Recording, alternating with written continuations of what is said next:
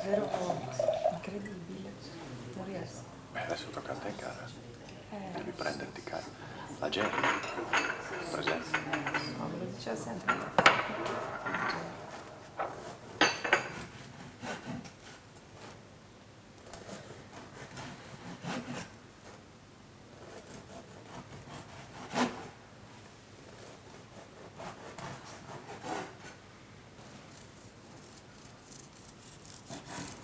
Con la zia Caterina perdiamo la voce dei ricordi. Non so nemmeno quali, perché io non c'ero mai. Io qualcosa ho ascoltato negli ultimi anni che la zia ha vissuto con noi. Era impossibile separarle quelle due. Ma solo Sofia ha avuto la pazienza di ascoltare tutti i racconti di Caterina su sua mamma, sua nonna, bisnonne, prozie. Una catena di solidarietà femminile, vero? Puoi dirlo.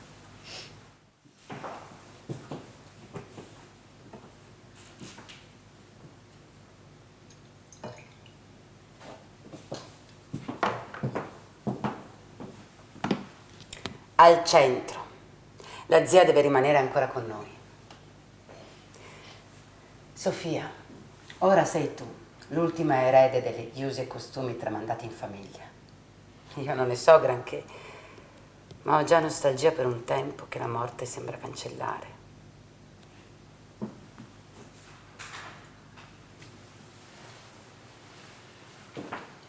No, non dobbiamo cancellare la cultura connessa alla terra e al rispetto delle relazioni familiari.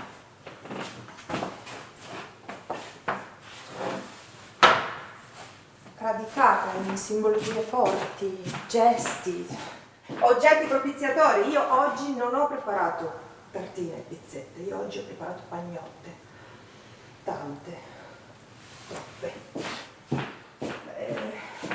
Non so, mi piace immaginare di offrirle ai nostri avi, vissuti quando nella società contadina ci si riuniva intorno alla polenta, perché il pane era raro, ma prezioso, perché rappresentava il più simbolico, la più simbolica forma di condivisione, assumeva un ruolo sacro, rituale.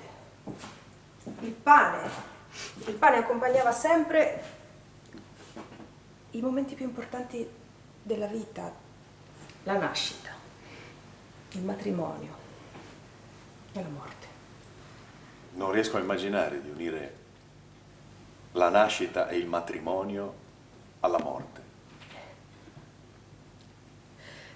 Nascita, matrimonio e morte erano legati addirittura da un'unica stanza, la più privata, la più intima, la più sacra della casa, la camera nuziale. Accessibile soltanto in quelle 3 situazioni. Quando era necessario accorrere per la gioia di una nascita o per il dolore.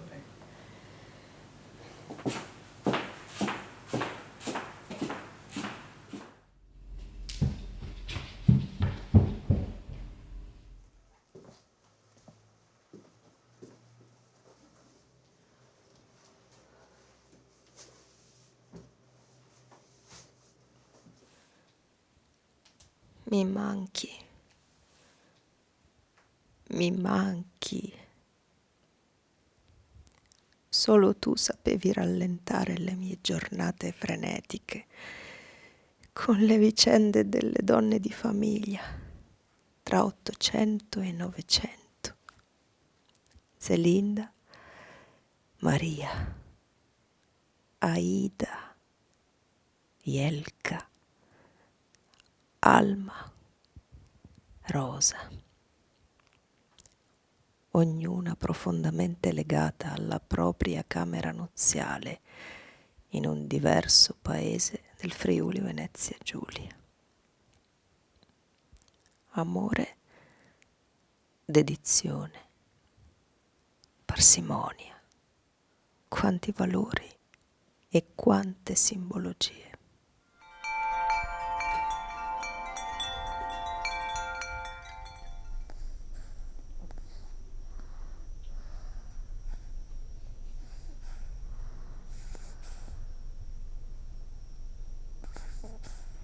Manca poco. Ultime notti nella mia camera a casa di papà. So già fare la mamma, dopo il terzo nipote che dorme con me.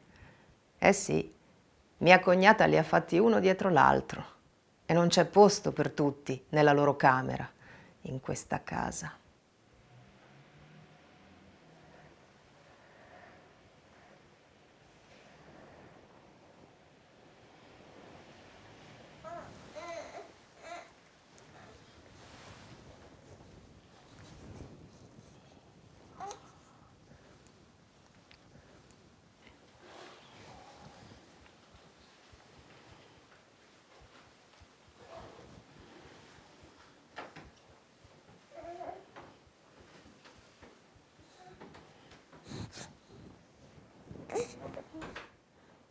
Mi mancherà questo posto, sai, ma sarò felice.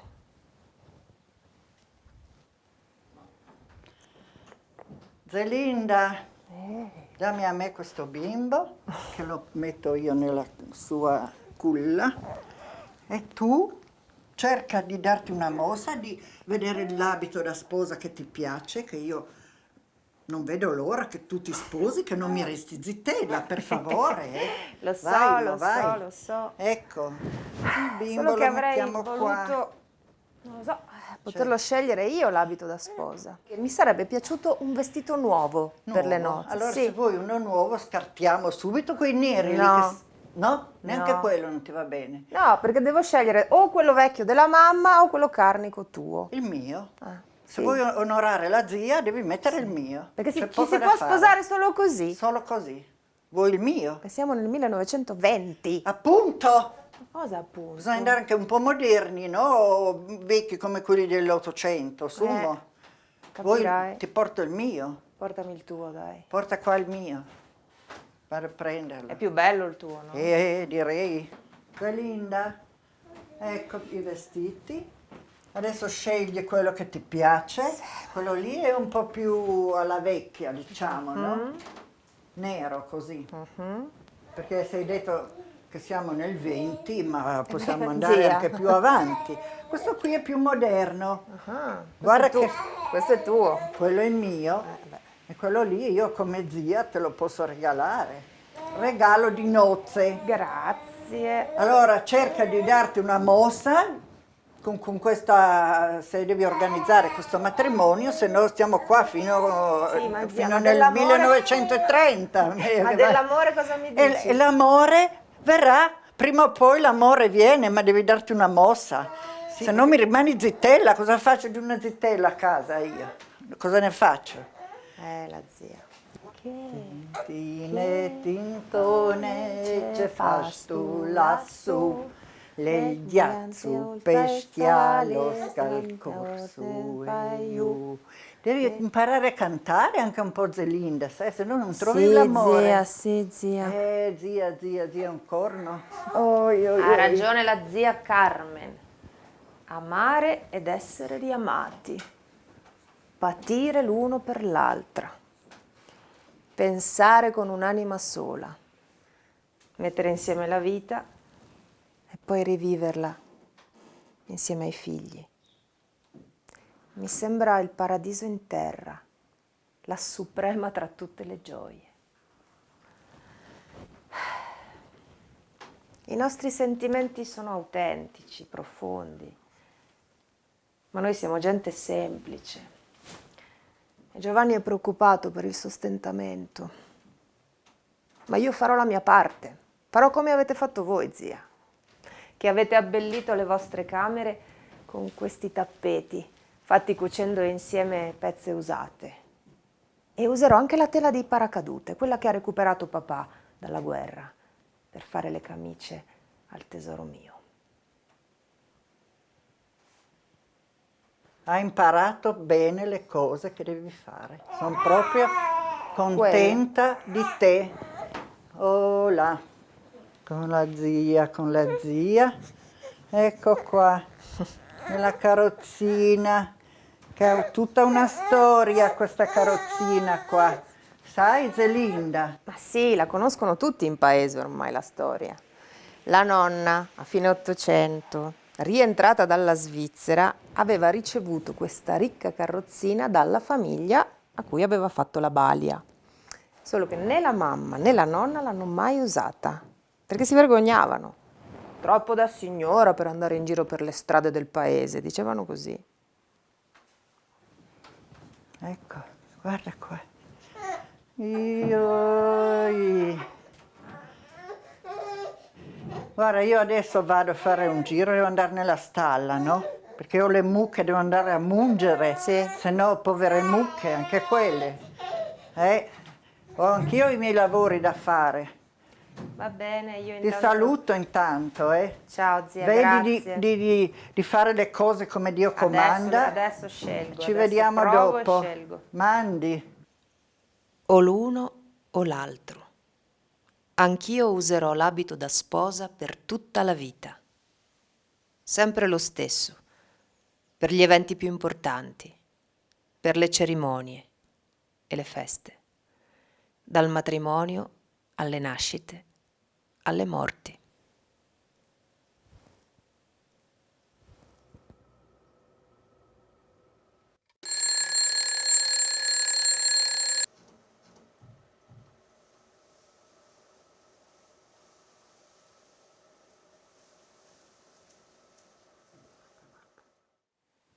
Nuova casa, nuova vita. Sono qui da pochi mesi, ma nella mia cassa nuziale ho portato la storia della nostra generazione anziana, delle donne che spargevano abiti e biancheria tra figlie e nipoti. La trasmissione dei corredi per linea femminile è arrivata fino a me. Quanto impegno, quante ore di lavoro nelle giovanissime mani che vi hanno dedicato ogni loro istante libero. E quanto valore nella memoria del ruolo della donna, nella tessitura delle relazioni sociali, incentrate sulle molteplici figure parentali.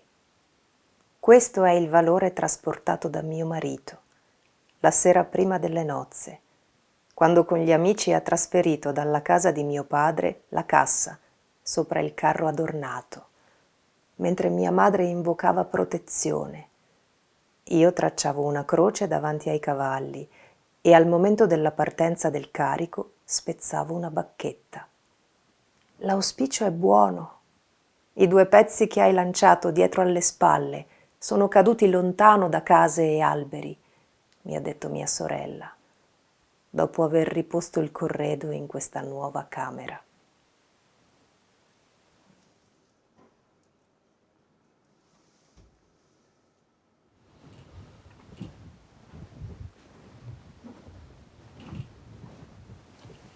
Grazie, che bella giornata. Nell'estate di San Martino, il giorno delle mie nozze con Timo. Abbiamo potuto goderci i preparativi rispettando il ritmo della terra, perché a novembre il lavoro è meno assillante e il granaio è ancora pieno. Grazie per avermi fatto capire che il giovanotto di città, dopo aver tentato di gettarmi nel fango come la viola che teneva tra le labbra, mi avrebbe condotto a un mondo senza radici e senza futuro.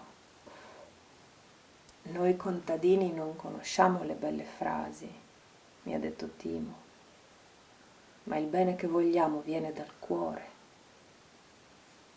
E la nostra donna, anche vecchia, è sempre la madre dei nostri figli e siede rispettata al nostro focolare.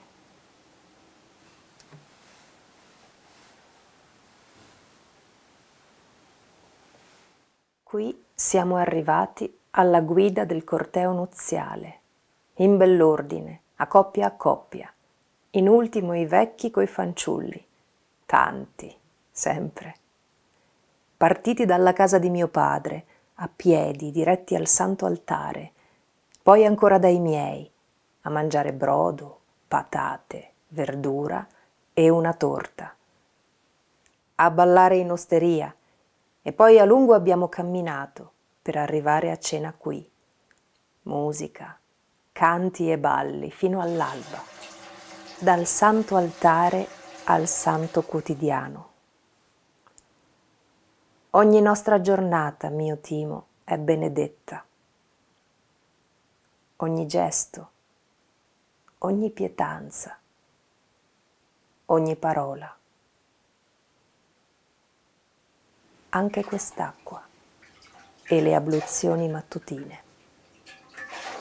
Aghe, aghe, benedette, aghe, aghe, benedette.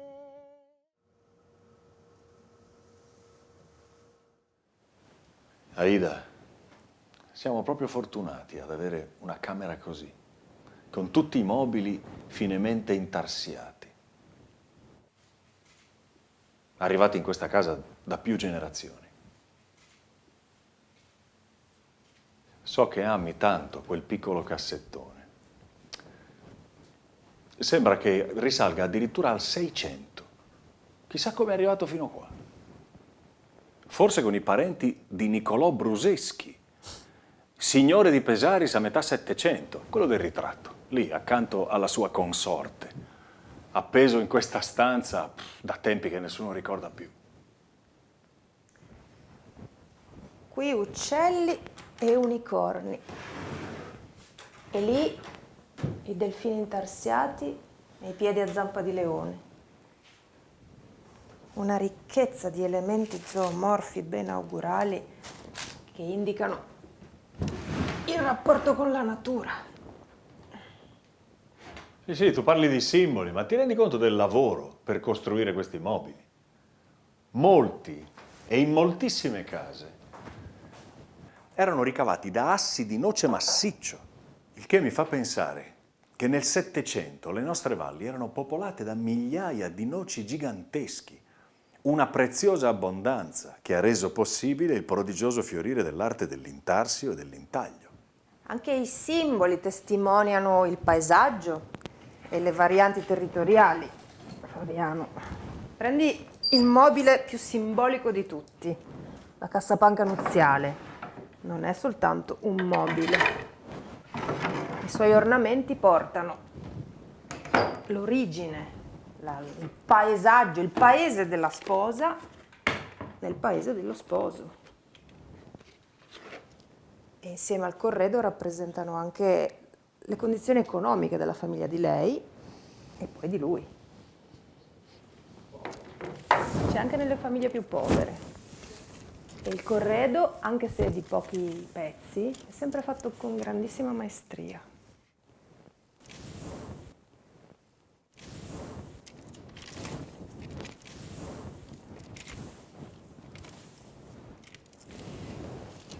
Sì, ricordo di aver visto diverse casse entrando nelle camere, in occasione di nascite o di morti.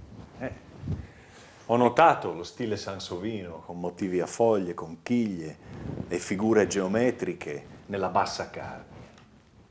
Grappoli d'uva e alberi con uccellini fra Ampezzo e Forni di Sopra.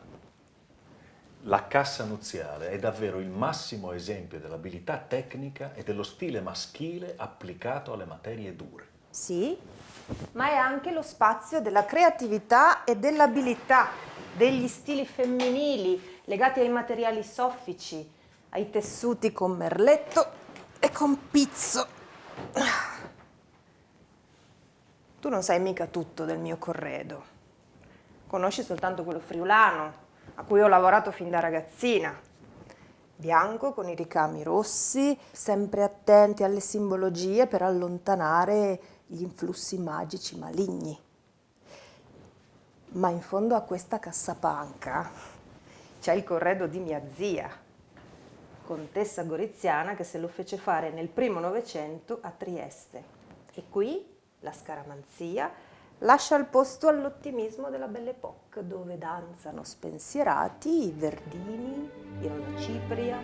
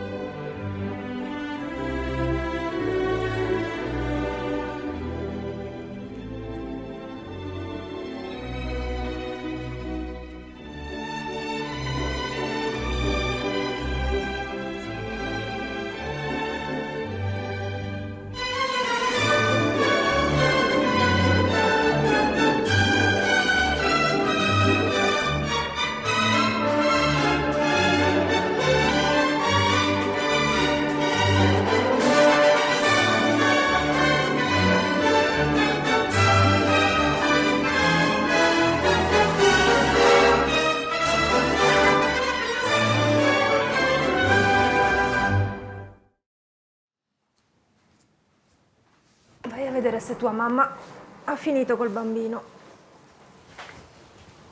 Che è ora che venga a dormire. Sì. Eccoci qua. Eccoci.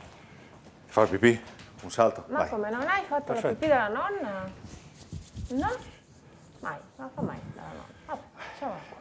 Dai, Nanna adesso. Dai, vieni. Nana, adesso, su, Oppa. che è tardi. Eccolo qua, il mio giolotto.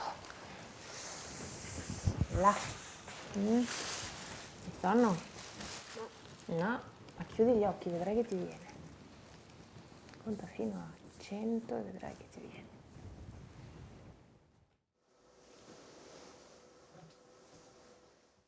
Fa freddo qui, ma guai se non ci fosse questa camera. Nell'unica stanza riscaldata dormono i nonni e hanno più freddo alla loro età e dopo aver mangiato si fermano lì per la notte. Qui in Balcanale di lingua slovena diciamo izba, ispa, per dire camera. Non lo sapevo appena arrivata e allora ho chiesto. È una parola antica che nell'immaginario collettivo si lega alla casetta rurale russa, costituita da un unico locale riscaldato dalla grande stufa. È strano immaginare che anche mio marito dormiva nella stube. Poi ha ricavato la camera. E così ci stiamo tutti.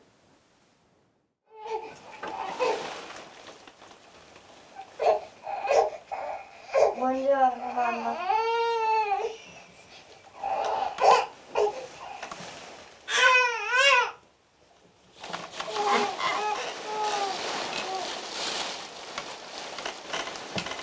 È bellissima, sembra caduta dal cielo. Perché ce l'ha lei? Che cosa? La stella, sopra la culla di In. In quella culla hanno dormito tantissimi bambini. Tuo nonno, i suoi fratelli, tuo papà, i tuoi zii, i tuoi cugini, tu e adesso Inge. E ogni bambino ha avuto la sua stella. Anch'io ho una stella così. Voglio vederla. Dove l'hai messa? Certo che hai anche tu la tua stella. Ogni mamma quando aspetta un bambino si preoccupa subito di proteggerlo dalla truta. Lo spirito maligno che si posa sul letto dei piccini provocando forti difficoltà respiratorie e poi la morte. Allora la mamma prepara la stella a 5 punte. La ritaglia nel cartone, la dipinge con la porporina e poi la lega con un nastrino alla testata della culla. E così il bambino non muore. La stella è così bella che spaventa lo spirito maligno che scappa. Eh sì, scappa. Ma non basta, non basta. A dirigere tutto ci sono la Madonna e il bambino Gesù. Sono loro che ci proteggono, sì? Ed è a loro che noi accendiamo la candela ogni sera e ogni mattina per rivolgergli le nostre preghiere.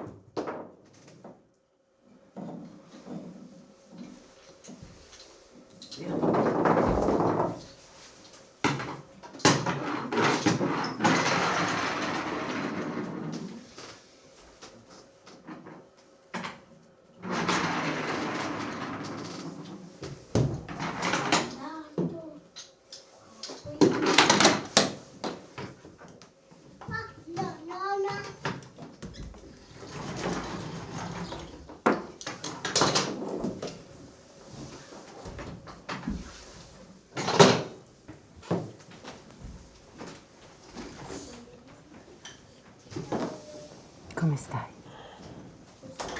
Mi sento tanto debole. Però non ce la faccio più a stare qua a letto. con tutto il lavoro che c'è da fare a casa, nei campi. Devi avere pazienza e seguire i consigli della levatrice. Sì, questa volta ho fatto tutto come si deve. Con gli altri segni è anche un problema, ma questo figlio mi ha veramente sfinita, Non è colpa sua. Già in gravidanza ero stanchissima e ho seguito i vostri consigli. Sono rimasta qui nel mio letto dal giorno del parto per 40 giorni.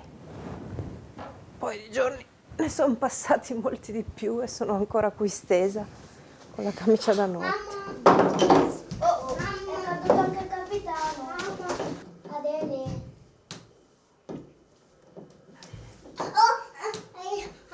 Io no. Sì, dammi il capitano, sì. Vuoi giocare con le bamboline? No.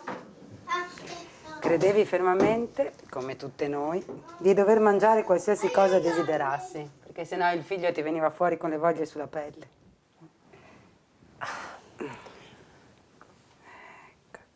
Adesso devi riposarti e rimetterti in forza. Sì. Altrimenti togli il cibo anche a lui, che non vede l'ora di diventare grande come i suoi fratelli. Devi fare latte. Se non vuoi che venga allattato da una donna del paese. E quindi devi berlo anche tu il latte. E mangiare le arance e bere birra.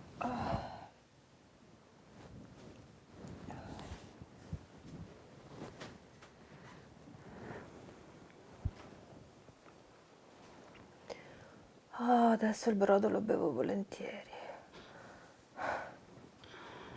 Lo so, sai che nel brodo che mi avete dato dopo il parto avevate fatto cuocere un frammento di placenta.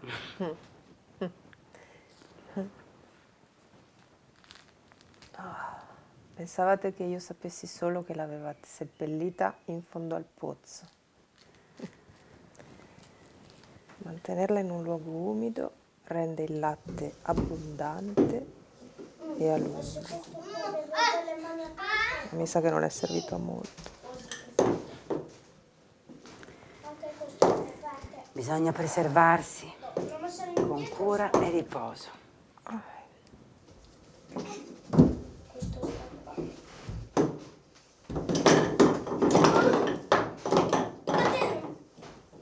Adelina, Italo, non litigate.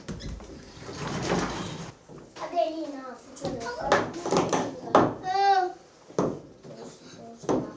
America, ma le arance sono preziose, sono care, non posso continuare a mangiarle. Non preoccuparti, Alma. Continuano ad arrivare donativi come se avessi partorito più volte. Italo, sempre a mettere in disordine. È caduta 2 camicie? Eh sì, è caduta, sì. Da sola. È caduta da sola? Gioca, dai. Ehi, Italo. Cesti pieni di pane, arance, caffè, zucchero. E allora mi riprenderò. Per cortesia, mi passi il cesto che provo a ricamare ancora qualche bavaglino. Ecco qua.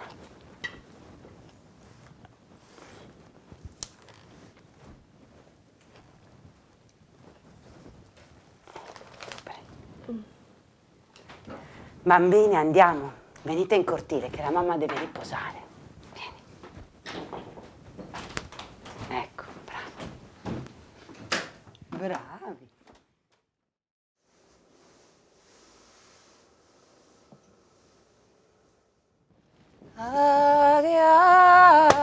Che benedette.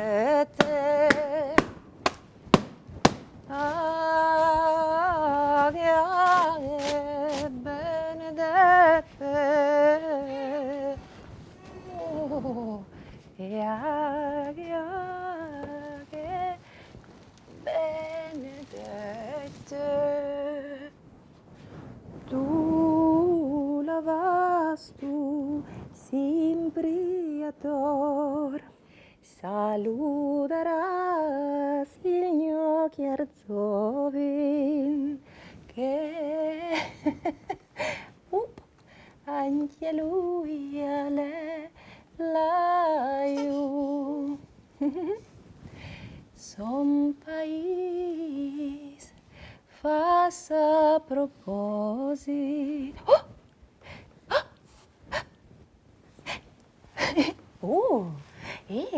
Dai amore, che così impari a camminare e poi vai a correre nei prati anche tu. Sì. Sì. Sì.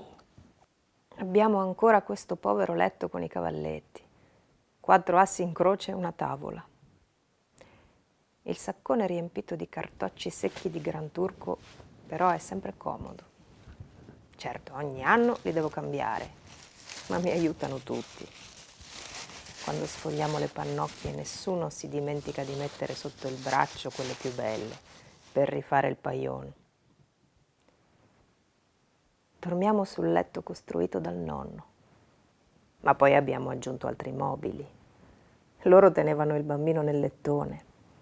I nostri invece hanno sempre avuto il lettino con le sbarre. Siete fortunati. Pensa che lo zio aveva un cavallino ad ondolo e mio padre cavalcava un manico di scopo o una canna di Gran Turco. Voi qua avete addirittura le ruote. Dai Pietro, vieni, dai. Vieni a lavarti il viso almeno. Forza, forza, dai che io devo andare a controllare i bacchi da seta fuori, dai. Vieni, vieni. Vieni qua. Forza, forza, forza, forza. Oh, là. Ecco. Ma però come si fa a togliere l'acqua? Guarda.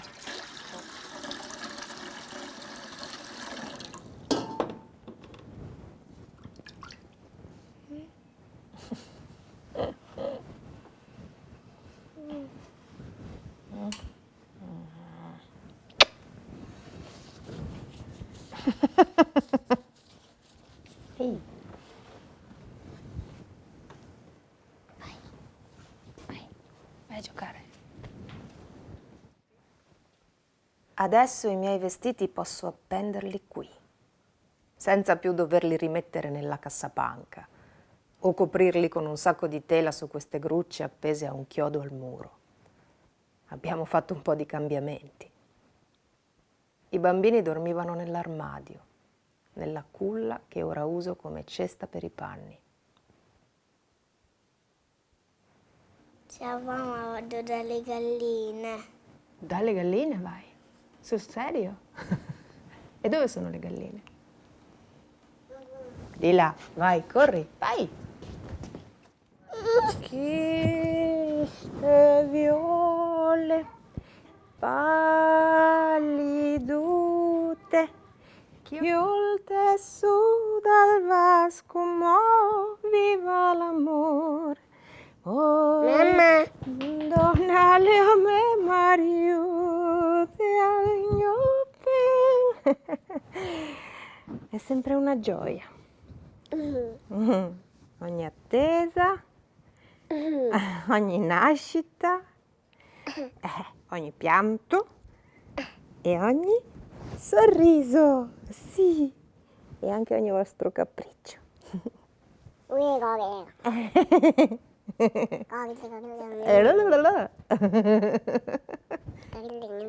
Sì, certo. L'armadio ha sostituito la cassa nuziale, ma guai a chi me la tocca.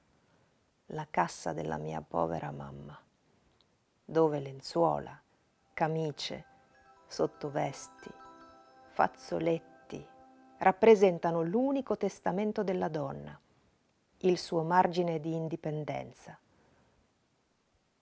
Aprirla è come rivivere un sogno, l'attesa della maternità, a cucire il corredo da neonato.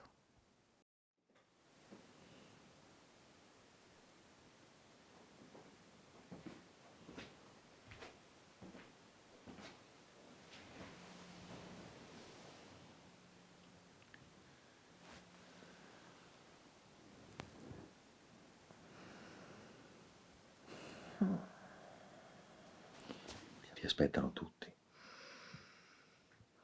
Te la senti di scendere? Come stai?